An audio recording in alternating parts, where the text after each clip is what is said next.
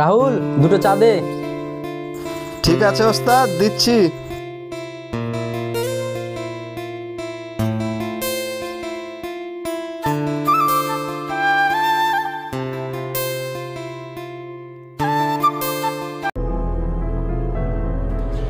গুরু, একটা কাজ পাওয়া গেছে।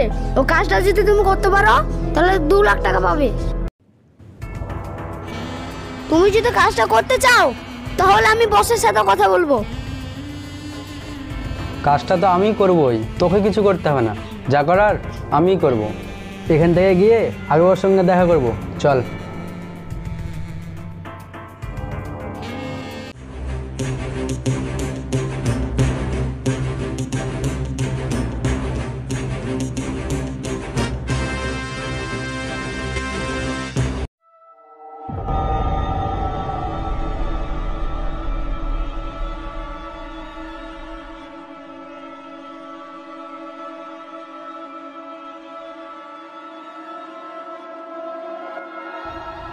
আমি জানতাম শামিম তুই আমার কাছে ঠিকই আসবি। এসেছিস, ঠিক আছে তাহলে বস।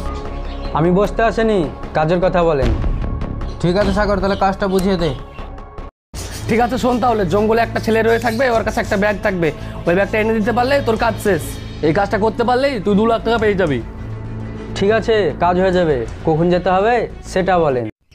ঠিক আছে শুন, তাহলে আর দুপুরে একদিকে চলে যাবি, তাহলেই হবে। ঠিক আছে, কাজ হয়ে যাবে। আসছি তাহলে। ঠিক আছে যা।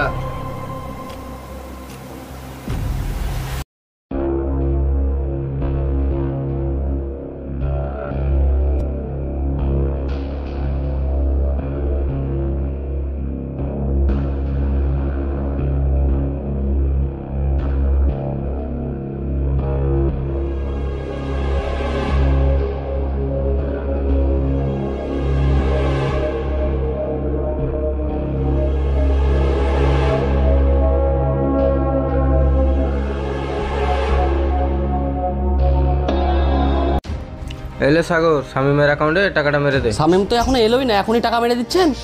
ওর উপর পুরো বিশ্বাস আছে যে শামিম আসবে। ঠিক আছে।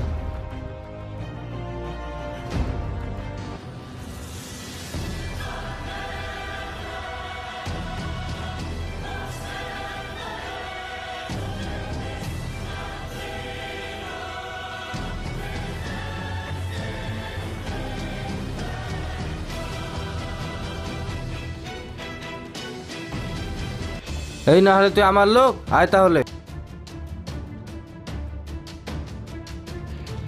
এলেন বস, আপনার ব্যাগ।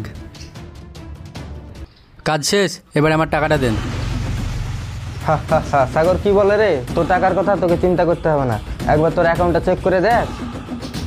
ঠিক আছে বস, এরকম কাজ যদি আরও থাকে আমাকে খবর দিতে ভুলবেন না। আসছি তাহলে। সালাম ঠিক বস। আছে, যা। চল সুরজ।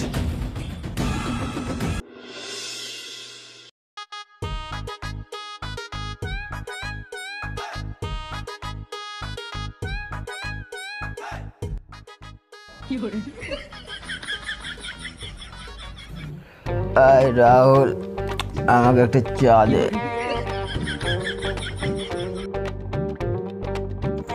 তোমাকে চা দিতে পারবো না, আজ্ঞার অনেক বিল বাকি আছে। আজ্ঞার বিল পরিশোধ করো, তারপরে চা দিব। কি হলে তুই আমাকে চা দিতে পারবি না? আমি যে জানিস তুই দেখবি আমি তোর কি করবো।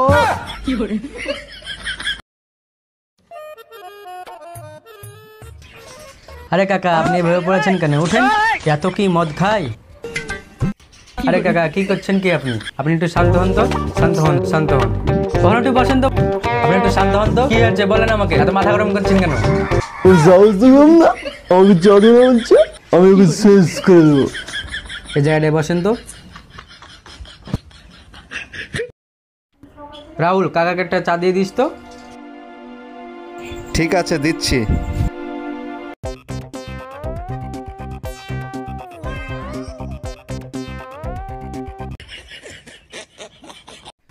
চলেন কাকু, আপনাকে বাড়ি এগিয়ে দিয়েছি।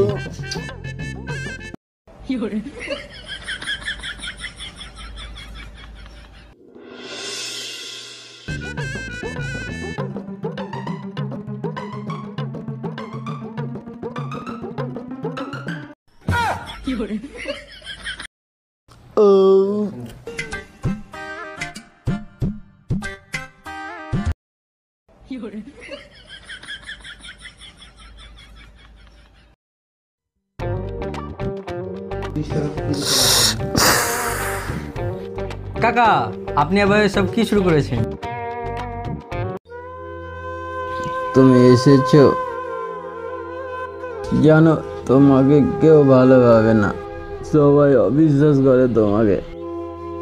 সব লোকের থেকে তুমি ভালো, তোমাকে সবাই অবিশ্বাস করে। তুমি বিড়ি সিগারেট খাচ্ছ ঠিক আছে, মদ কেন খাচ্ছ?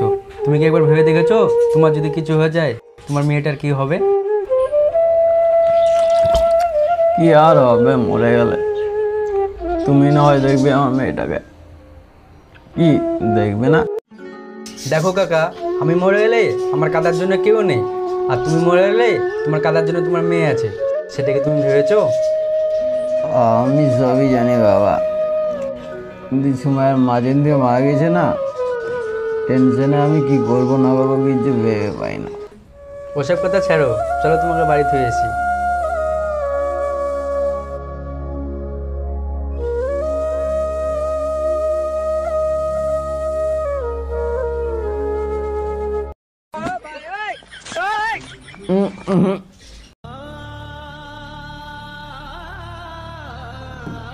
জুমাইয়া, জুমাইয়া, দেখো কে এসেছে। এ কি বাবা, তুমি আবার মদ খেয়ে এসেছো? তোমাকে না আমি কতবার বলেছি যে তুমি মদ খেয়ে আসবে না, তবুও তুমি মদ খেয়ে এসেছো?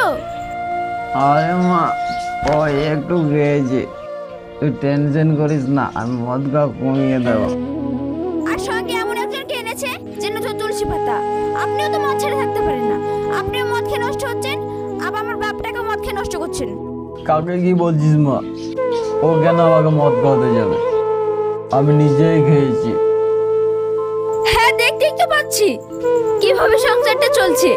ঘরে একটা টাকাও নেই, চাল নেই, ডাল নেই, আর তুমি এভাবে মদ খেয়ে বেড়াচ্ছ।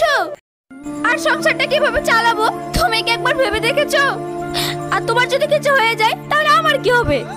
আচ্ছা ঠিক আছে, তুমি যা ইচ্ছা তাই করো, আমি আর কিছু বলতে যাব না।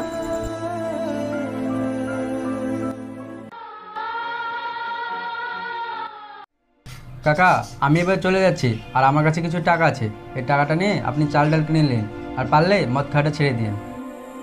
ঠিক আছে বাবা।